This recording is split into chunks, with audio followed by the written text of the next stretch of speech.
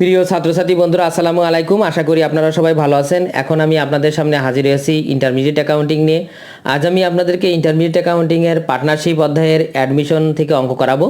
তো অ্যাডমিশনের আগেও আমি একটি ক্লাস নিয়েছি, আপনারা সেই ক্লাসটি আগে দেখে নেবেন, তারপরে এই ক্লাসটি দেখবেন, কারণ সেই ক্লাসটিতে আমি একটু বিস্তারিত আলোচনা করেছি। আমি আজ যদিও অত আলোচনা করব না, সরাসরি অঙ্কে যা আছে সেটা নিয়ে আলোচনা করব। তো আমাদের প্রথম কাজ হবে অঙ্কটি আগে ভালোভাবে পড়ে নেওয়া। এখানে দেখেন, জন অ্যান্ড ডিকসন আর partner sharing profit and losses in the ratio 3:2। Their balance sheet as at 31 August 2005 was as follows. বলা হয়েছে জন অ্যান্ড ডিকসন তারা দুজন পার্টনার, তারা পার্টনারের ব্যবসা করে, অর্থাৎ অংশীদারি ব্যবসা করে, যাদের লাভ লসের অনুপাত হলো 3:2 এবং তাদের ব্যালেন্স শিট নিম্নরূপ। তো ব্যালেন্স শিটে কী থাকে? অ্যাসেট এবং লায়াবিলিটিস। তো আমরা সেটা বিস্তারিত দেখব পরে। আপনারা আগে মূল আইটেমগুলো আমি একটু পড়ে দেখাই। They agreed to admit Parkson as a partner with effect from 1st September 2005 on the following terms। বলা হয়েছে তারা রাজি হলো পার্কসনকে তারা অংশীদার হিসেবে নেওয়ার জন্য, এবং সেই অনুযায়ী তাদেরকে নিম্নোক্ত শর্ত অনুযায়ী তারা পার্কসনকে অংশীদার হিসেবে নিতে রাজি হলো। তো এখানে দেখেন আমাদের যে কাজ, সেই কাজটি হলো যে আমি যেটা মনে করি যে অঙ্ক আপনারা আগে পরে না, মানে ধারাবাহিকভাবে করে আসবেন, তাহলে আপনাদের অঙ্ক কোনো আইটেম মিস যাওয়ার সম্ভাবনা থাকবে না। তো আমাদের এখানে দেখেন এর মাঝে আরও অনেক কথা বলা আছে, আমি অঙ্ক করব আর সেগুলো আপনাদেরকে পড়ে শোনাবো। এরপরে দেখেন শেষে আমাদের কি করতে বলেছে সেটা আমরা একটু দেখি। শো দ্য জার্নাল এন্ট্রিজ, মানে জার্নাল করো। প্রিপেয়ার দ্য ক্যাপিটাল অ্যাকাউন্ট, এবং ক্যাপিটাল অ্যাকাউন্ট করো অফ দ্য পার্টনার্স, অংশীদারদের, and also draw the balance sheet, এবং ব্যালেন্স শিট তৈরি করো। তো আমাদের যেহেতু এই জিনিসগুলো আমাদের করতে বলেছে, তো আমরা আগে জার্নাল করব। তো জার্নাল করতে হলে আমাদের ধারাবাহিকভাবে যেটি করতে হবে সেটি হলো যে জার্নালের ঘরটা আগে আঁকতে হবে, ডেট, অ্যাকাউন্ট টাইটেল, সেগুলো আপনারা জানেন।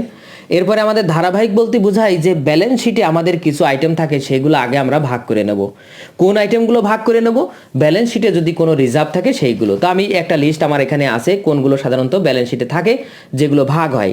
সেটা হলো general reserve, reserve fund, general fund, এই তিনটা জিনিস একই। এরপরে ইনকাম স্টেটমেন্টের যদি কোনো ব্যালেন্স থাকে, এরপরে investment fluctuation fund, profit and loss account, dividend, equalization fund, এরপরে জয়েন্ট লাইফ পলিসি ফান্ড, এরপরে কন্টিজেন্সিজ রিজার্ভ। এই আইটেমগুলো যদি আপনার ব্যালেন্স শিটের মধ্যে থাকে, তাহলে আগে পুরাতন অংশীদাররা তারা ভাগ করে নেবে তাদের ক্যাপিটালে। কি অনুপাতে ভাগ করে নেবে? পুরাতন অনুপাতে ভাগ করে নেবে।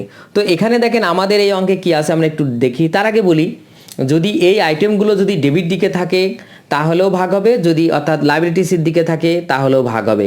তো আমাদের এখানে দেখেন অঙ্কে আমাদের অ্যাসেট দিকে আছে goodwill, land and building, investment, account receivable, cash নেই, তার মানে ওই আইটেমের কোনো আইটেমই নেই। লাইবিলিটিস দিকে দেখেন অ্যাকাউন্টস পেবল আছে, জেনারেল রিজার্ভ আছে, তার মানে জেনারেল রিজার্ভ আমাদের ভাগ হবে। তবে কি অনুপাতে ভাগ হবে? পুরাতন অনুপাতে। তো মনে রাখবেন, যদি লাইবিলিটিস দিকে থাকে আর এখন যদি ভাগ করি, তার মানে লাইবিলিটিস এখন ওই জেনারেল রিজার্ভ এখন কি করতে হবে? যেহেতু লাইবিলিটিস রয়েছে, তার মানে লাইবিলিটিস এখন কমে যাবে, আর লাইবিলিটিস কমে গেলে কি হয়? ডেবিট। তার মানে যদি লাইবিলিটিস দিকে থাকে তাহলে ওই আইটেমটি ডেবিট হবে, আর তাদের পার্টনার্স অ্যাকাউন্ট ক্রেডিট হবে। আর যদি অ্যাসেট দিকে থাকে তাহলে ওই পার্টনার্সদের ক্যাপিটাল অ্যাকাউন্ট ডেবিট হবে, আর ওই আইটেমটি ক্রেডিট হবে। তো চলুন আমরা জেনারেল রিজার্ভটি হিসাব করে আসি আগে। তো আমাদের এখানে সাল লিখতে হবে 2005, যেহেতু আমরা অঙ্ক করছি 1 সেপ্টেম্বর, তার মানে এখানে সেপ্টেম্বর 1। আমরা প্রথমে জেনারেল রিজার্ভ ভাগ করব, তার মানে জেনারেল রিজার্ভ ক্রেডিট রয়েছে, অর্থাৎ লাইবিলিটিস রয়েছে, এখন ভাগ করলে ডেবিট হবে। তার মানে general reserve debit, general reserve debit, টাকা 6000, অর্থাৎ 6000 টাকা। আর এই জেনারেল রিজার্ভ এখন অংশীদারদের যে পুরাতন দুজন অংশীদার আছে জন এবং ডিকসন, তাদের ক্যাপিটালে এই জেনারেল রিজার্ভটা ট্রান্সফার করা হয়েছে, তার মানে তাদের ক্যাপিটাল বাড়বে। আর ক্যাপিটাল বাড়লে ক্রেডিট, সেটা আমরা জানি। তার মানে জন ক্যাপিটাল ক্রেডিট, আর ডিকসন ক্যাপিটাল ক্রেডিট। তো এখানে আরেকটি বিষয় যে আমরা এক্সপ্লেনেশন দেওয়ার দরকার ছিল, কিন্তু আমি ওটি দেখব এখন দিচ্ছি না, কারণ ভিডিও লং হয়ে যাবে। আপনারা ওটি জানেন, ওটা বই থেকে শিখে নিন। তো এখানে দেখেন জন ক্যাপিটাল আর ডিকসন ক্যাপিটাল ক্রেডিট, তবে টাকা হবে কি অনুপাতে? পুরাতন অনুপাতে।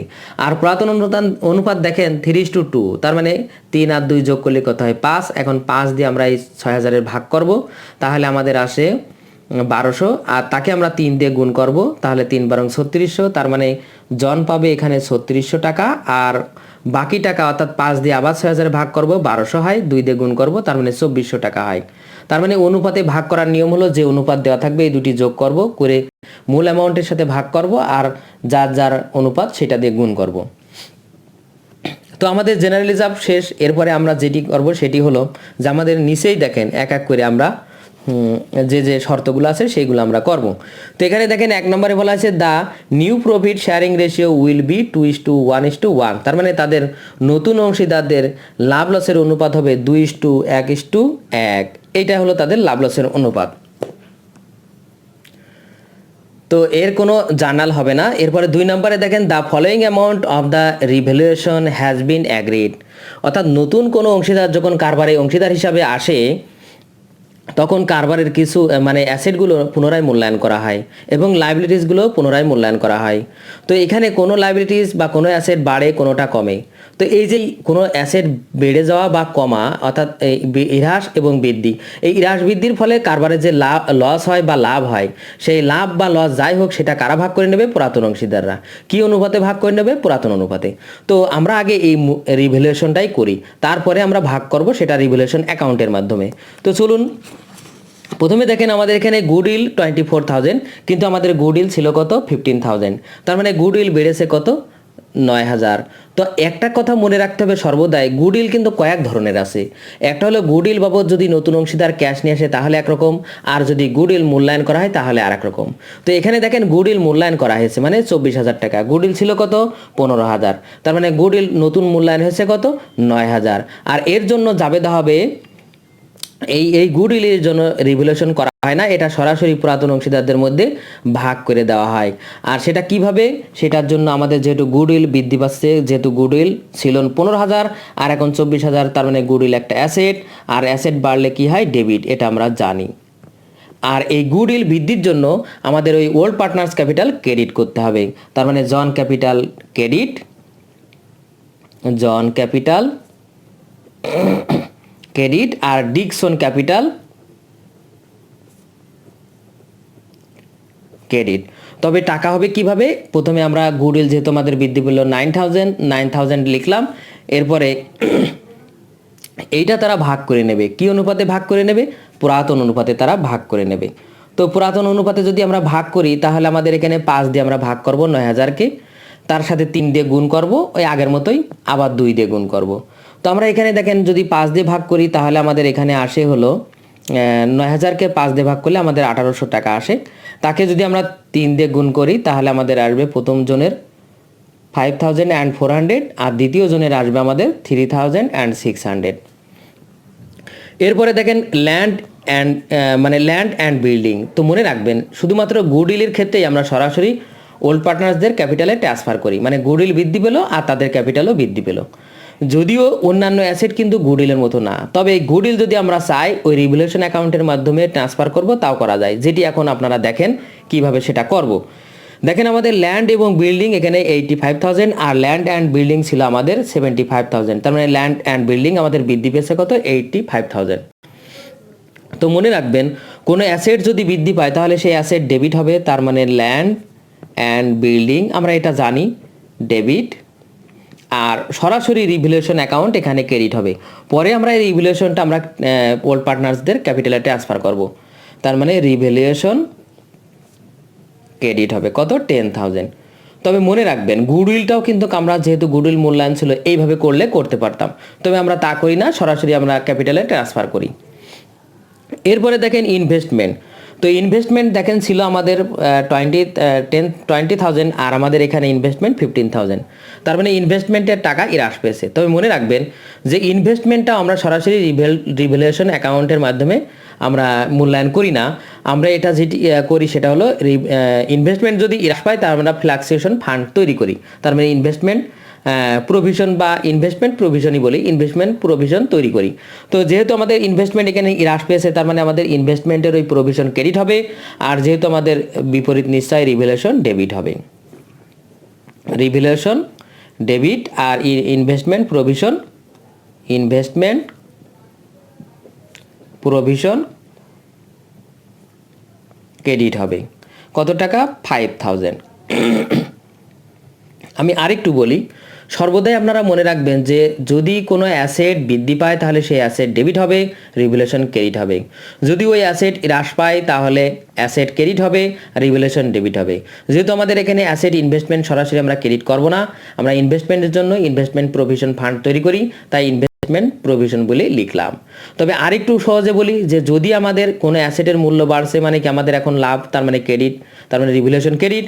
যদি আমাদের কমে তাহলে রিভ্যালুয়েশন অর্থাৎ ক্ষতি হচ্ছে, রিভ্যালুয়েশন ডেবিট। এইভাবে বুঝলেও হবে, তবে যে কোনো একটা আপনারা মনে রাখলেই হবে। এরপরে দেখেন অ্যাকাউন্টস পেবল আমাদের ছিল 9000, কিন্তু আমাদের অ্যাকাউন্টস পেবল উপরে দেখেন আছে 8000, তার মানে অ্যাকাউন্টস পেবল 1000 টাকা বৃদ্ধি পেয়েছে। তো আমাদের অ্যাকাউন্টস পেবল যদি যেহেতু দায় বৃদ্ধি পেলে আমাদের ক্রেডিট হবে, তাহলে নিশ্চয়ই আমাদের রিভ্যালুয়েশন ডেবিট হবে। রিভ্যালুয়েশন ডেবিট আর অ্যাকাউন্টস পেবল আমি সংক্ষেপে লিখি, আপনারা পুরো আর লিখবেন। অ্যাকাউন্টস পেবল ক্রেডিট টাকা হবে 1000। এরপরে দেখেন আমাদের আরও কিছু কথা বলা আছে। 2 নম্বরের আইটেমগুলো আমাদের শেষ। এরপরে দেখেন 3 নম্বরে বলা হয়েছে the revalued amount of goodwill shall be written off in the old partners capital account. বলা হয়েছে যে গুডউইল যেটা মূল্যায়ন করা হয়েছে ওই গুডউইলটা এখন রিটার্ন অফ করতে হবে পুরাতন অংশীদারদের মধ্যে। তো পুরাতন অংশীদারদের মধ্যে আমরা গুডউইলটা কি করব, মুছে ফেলবো। তার মানে গুডউইলের যে টাকাটা আছে সেটা এখন পুরাতন অংশীদাররা কি করবে, ভাগ করে নেবে। তার মানে গুডউইল ছিল যেহেতু আমাদের অ্যাসেট, যদি আমরা এখন ভাগ করি তার মানে গুডউইল ক্রেডিট হবে। আর ভাগ করে নিচ্ছে কে, ওই পুরাতন অংশীদাররা, তার মানে পুরাতন অংশীদারদের ক্যাপিটাল ডেবিট হবে। সবসময় এইভাবে চিন্তা করবেন সহজে যে গুডউইল ভাগ করা হচ্ছে, তার মানে গুডউইল কারা নিচ্ছে, পুরাতন অংশীদাররা, তার মানে গুডউইল নিশ্চয়ই ক্রেডিট হবে। তাহলে নিশ্চয়ই পুরাতন অংশীদার নিচ্ছে, পুরাতন অংশীদারদের কিসের মাধ্যমে নিচ্ছে, ক্যাপিটালের মাধ্যমে। তাহলে নিশ্চয়ই আরেকটি আমাদের কি হিসাব আসবে, ক্যাপিটাল। তার মানে আমাদের এখানে জন ক্যাপিটাল ডেবিট আর ডিকসন ক্যাপিটাল ডেবিট, আর একবারে আমাদের গুডউইল ক্রেডিট।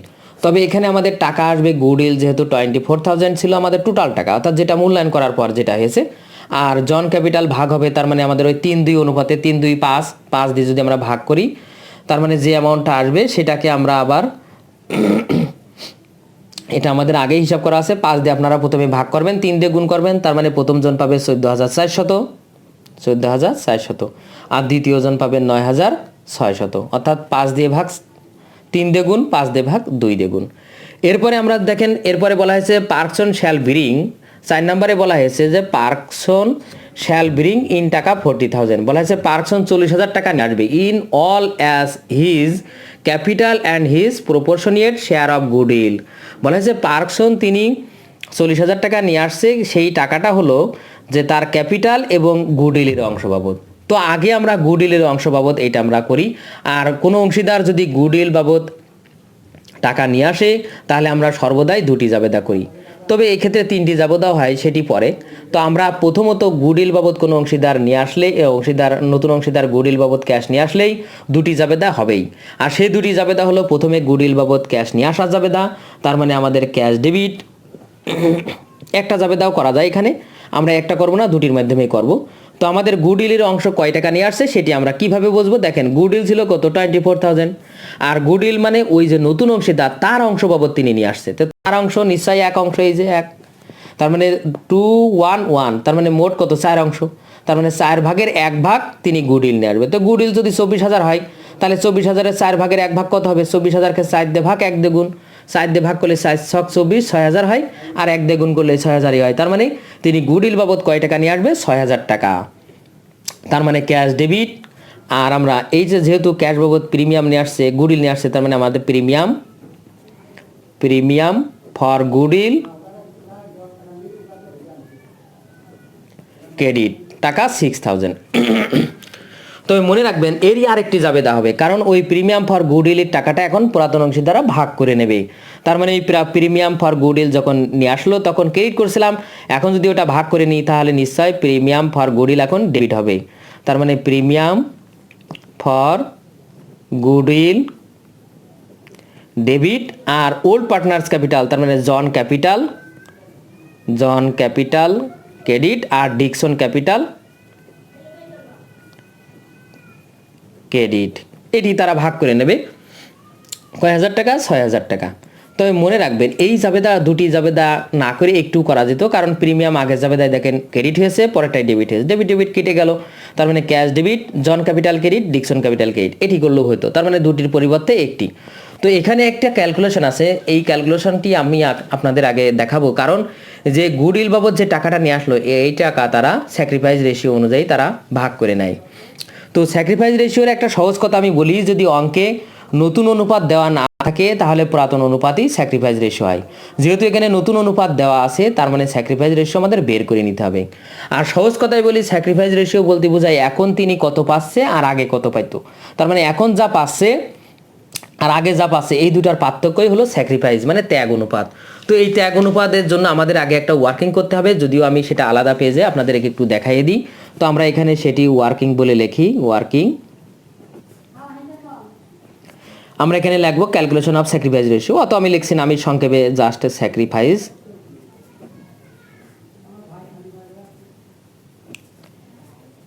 স্যাক্রিফাইসিং লিখলে ভালো হয়, যাই হোক স্যাক্রিফাইসিং রেশিও সমান সমান স্যাক্রিফাইস রেশিওর সূত্র old ratio minus new ratio,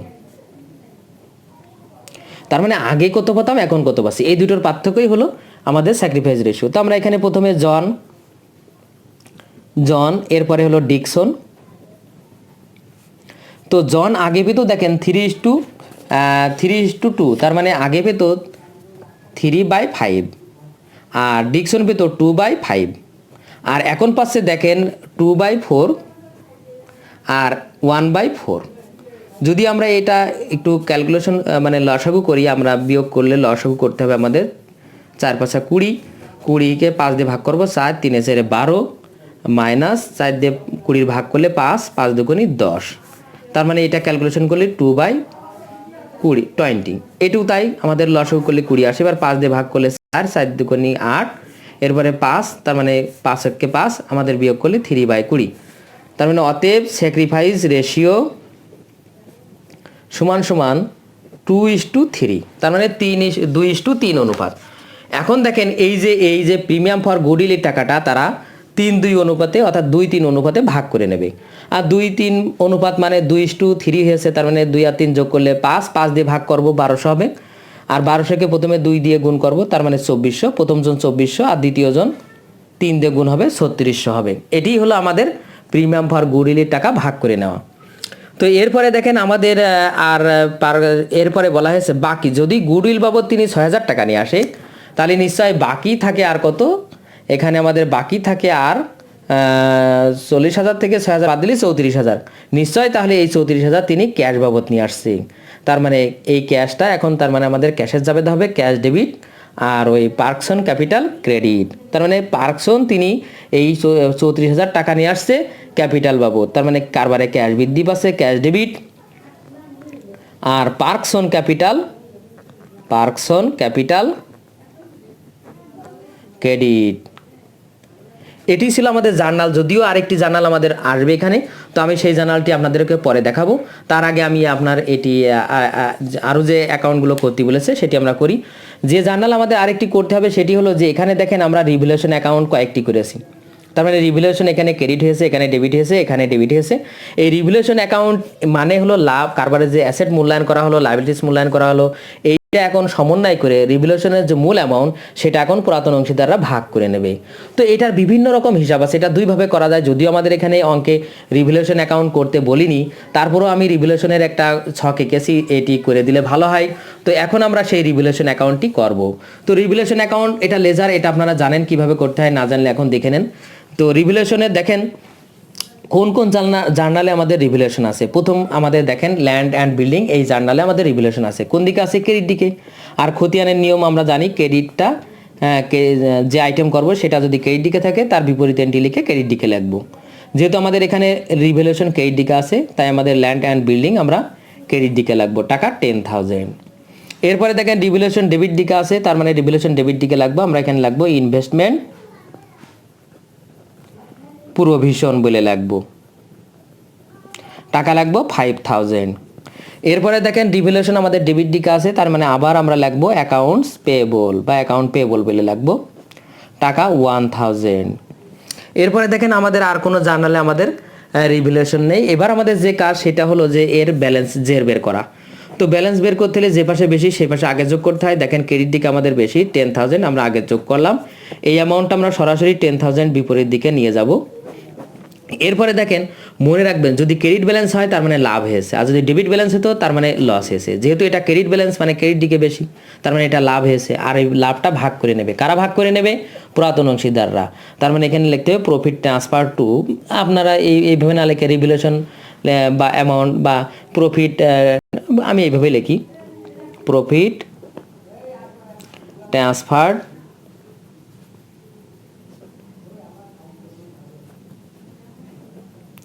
two John capital and Dixon capital, মানে পুরাতন দুইজন ভাগ করে নেবে ডিকসন ক্যাপিটাল। তো পুরাতন ক্যাপিটাল তারা এটা ভাগ করে নিল। তো এই ভাগ মানে ভাগ করবে, এই টাকাটা কত হবে দেখেন 10,000 থেকে এই 5,000 আর 1,000 বাদ দিলে 4,000 হয়। তো আমাদের এই 4,000 টাকা আমরা এখন তারা ভাগ করে নেবে, কি অনুপাতে ভাগ করে নেবে? পুরাতন অনুপাতে ভাগ করে নেবে। তো এই পুরাতন অনুপাতটা আমাদের দেখেন যে ছিল 3:2, তার মানে এই 3:2 আমাদের এখানে যে 4,000, এই 4,000কে 3:2 মানে যোগ করলে 5 দিয়ে ভাগ করলে 800 হয়। তার মানে এখানে পাবে 3 8 2400, আর এখানে 2 দিয়ে গুণ হবে, তার মানে 1600। তার মানে তাদের প্রফিট অ্যান্ড লস এই 2400 এবং 1600। এখন আমাদের কাজ হলো এই যে এইটার একটা জার্নাল করা। তো এইটা অনেকেই গুলায়ে ফেলে। আমি সহজ একটা কথা বলি, যেহেতু রিভ্যালুয়েশনের ডেবিট দিকে ব্যালেন্সটা বের হয়েছে, তার মানে এর জন্য রিভ্যালুয়েশন ডেবিট হবে, আর এই জন ক্যাপিটাল ডিকসন ক্যাপিটাল ক্রেডিট হবে। আমি এই নিয়মটাই আগে আপনাদেরকে বুঝাই। তার মানে এখানে আমাদের রিভ্যালুয়েশন ডেবিট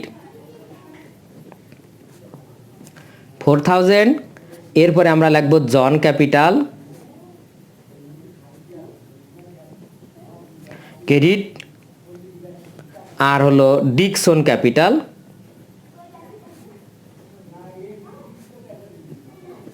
কত টাকা হবে এখানে আমাদের যে ব্যালেন্স অর্থাৎ 2400 আর এখানে 1,600 এটি লাগবো। এর আরেকটি সহজ নিয়ম আছে, যদি আমরা এই রিভ্যালুয়েশন অ্যাকাউন্ট না করতাম তাহলে যেটি করতাম সেটি হলো দেখেন রিভ্যালুয়েশন আমাদের এখানে ক্রেডিট হয়েছে 10,000 আর ডেবিট হয়েছে 5,000 আর হলো 1,000, তার মানে 6,000 ডেবিট আর ক্রেডিট হয়েছে 10,000। তো ক্রেডিট থেকে 6,000 ডেবিট বাদ দিলে আমাদের ক্রেডিট ব্যালেন্স থাকছে, অর্থাৎ ক্রেডিট দিকেই থাকছে বাকি 4,000। সেই 4,000 এখন ভাগ করে নেবে। যেহেতু রিভ্যালুয়েশন ক্রেডিট আইটেম 4,000 আছে, তাহলে সেইটা এখন যদি ভাগ করে নিই তাহলে রিভ্যালুয়েশন এখন কি হবে? ডেবিট হবে। আর জন ক্যাপিটাল আর ডিকসন ক্যাপিটাল ক্রেডিট হবে, কি অনুপাতে ভাগ হবে? পুরাতন অনুপাতে। এটি যদি আমরা এই লেজার না করতাম তাহলে এইভাবে আমরা হিসাব করে এখানে লিখতে পারতাম। তো এবার আমাদের যে কাজ সেটি হলো আমাদের এখানে দেখেন পার্টনার্স ক্যাপিটাল অ্যাকাউন্ট করতে হবে। তো পার্টনার্স ক্যাপিটাল অ্যাকাউন্ট মানে কার হিসাবে আর কত টাকা আছে সেটা আমাদের ব্যালেন্স বের করার জন্য আমাদের এটা লাগে, কারণ এটা আমরা ব্যালেন্স শিটে আমরা ট্রান্সফার করব। তো এখানে দেখেন প্রথমে আগে আমরা যে ব্যালেন্সটা আমাদের দেওয়া থাকবে সেটা আমরা আগে ব্যালেন্স বিডি বলে লিখবো। আমরা ব্যালেন্স বিডি বলে, তার আগে একটু কথা বলে নিই। দেখেন এখানে আমাদের জন এবং ডিকসন দুইজনের ব্যালেন্স আমি ক্যাপিটাল তৈরি করছি, বাকি যে নতুন এসেছে তার হিসাব আমরা এখানে করছি না। ওটা না করলেও সমস্যা নেই, তার ক্যাপিটালটা সরাসরি আমরা ব্যালেন্স শিটে দিয়ে দেবো। এখানে দেখেন ব্যালেন্স বিডি আমাদের জনের ছিল 60,000 আর ডিকসনের ছিল দেখেন 72,000। এইটা আমরা আগে ব্যালেন্স হিসাবে এখানে লিখে দেবো। এরপরে আমরা করব যেটা, সেটা হচ্ছে যে আমাদের জার্নাল করেছি, সেই জার্নালে যে ক্যাপিটাল আমাদের কোন কোন জার্নালে আছে সেখান থেকে আমরা এই ক্যাপিটালে ট্রান্সফার করব। প্রথম জার্নালে দেখেন ক্যাপিটাল ক্রেডিটে আছে, তার মানে আমরা তার বিপরীত এন্ট্রি জেনারেল রিজার্ভ লিখব। তো দেখেন আমাদের মানে এক কথায় লেজারের নিয়ম কিভাবে দেখেন ক্যাপিটাল ক্রেডিট দিকে, তার মানে ক্রেডিট দিকে বসবে, যেহেতু ক্যাপিটাল অ্যাকাউন্ট করছি আমরা, কিন্তু বসবে তার বিপরীত হিসাব জেনারেল রিজার্ভ বলে লিখলাম জেনারেল রিজার্ভ। এবার যার যার ঘরে যে যে টাকা সেই টাকা আমরা লিখে দিলাম। এরপরে দেখেন আবার গুড উইলের ক্ষেত্রেও আছে আমাদের, তাহলে আমরা তার এটাও ক্রেডিট দিকে, তাহলে আমরা লিখবো গুড উইল ক্রেডিট দিকে আমরা লিখবো, আমরা টাকা লিখবো দেখেন 5400 আর এর লাগবো 3600। এরপরে আমাদের দেখেন আর কোন জায়গায় আমাদের ক্যাপিটাল অ্যাকাউন্ট আছে আমরা সেটা একটু দেখি। আমাদের এখানে দেখেন এই যে জন ডেবিট দিকে আছে, তার মানে গুডউইল বলে তার বিপরীত এন্ট্রি গুডউইল, আমরা গুডউইল বলে লিখি। দেখেন যার যার টাকা তার তার ঘরে লাগবো আমরা। আর দেখেন আমাদের পরে দেখেন প্রিমিয়াম ফর গুডউইল, মানে আমাদের আরেকটি হিসাব আছে, এটাও আমাদের দেখেন ক্রেডিট দিকে আছে। তার মানে আমরা এখানে প্রিমিয়াম ফর গুডউইল বলে লিখি, প্রিমিয়াম ফর গুডউইল। যার যার ঘরে তার টাকা আমরা লিখবো 2400 আর 3600। এরপরে দেখেন সর্বশেষ আমাদের যে জার্নালটি আছে সেটি হলো রিভ্যালুয়েশন বলে, তার বিপরীতে এটি ক্রেডিট দিকে জন ক্যাপিটাল এবং ডিকসন ক্যাপিটাল। তাহলে ক্রেডিট দিকে আসবে রিভ্যালুয়েশন বলে, রিভ্যালুয়েশন। এখানেও আমাদের ওই একই নিয়ম, যার যার ঘরে তার টাকা। এরপরে আমাদের যে কাজ, সেই কাজটি হলো আমাদের এখানে ব্যালেন্স বের করা। তো আমাদের এখানে ব্যালেন্স বের করতে হলে আমাদের আগে যে পাশে বেশি সেই পাশে আগে যোগ করতে হবে এবং সেই অ্যামাউন্টটা আমাদের বিপরীত দিকে নিয়ে আসতে হবে। তো আমরা এবার তাহলে ব্যালেন্সটা বের করি। তো আমাদের এখানে দেখেন ক্রেডিট দিকে বেশি আসছে, তাই আমরা ক্রেডিট দিকে আগে যোগ করব। তো আমাদের ক্রেডিট দিকে জনের হিসাবে যোগ করলে আমাদের টোটাল অ্যামাউন্ট আসে 73,800। আমরা সরাসরি এইটা এই পাশে নিয়ে যাব, ডেবিট দিকে 73,800। আর আমরা এখানে ব্যালেন্স বের করব, যেটাকে আমরা ব্যালেন্স সিডি বলি, ব্যালেন্স সিডি। তো আমাদের এখানে এই 73,800 থেকে 14,400 বাদ দিলে যেটি আসে অর্থাৎ 59,400, এটি আমাদের ব্যালেন্স জনের জন্য। আর ডিকসনের আমাদের টোটাল যোগ করলে আমাদের আসে 83,200। সেটা আমরা এই পাশে নিয়ে যাব একই কায়দায়, 83,200। এবার আমরা ব্যালেন্স বের করব, ব্যালেন্স করলে আমাদের 9,600 বাদ দেবো, বাদ দিলে আমাদের আসে এখানে 73,600। এটাই ছিল আমাদের হলো পার্টনার্স ক্যাপিটাল অ্যাকাউন্ট, যেটা আমাদের অঙ্কে চেয়েছে।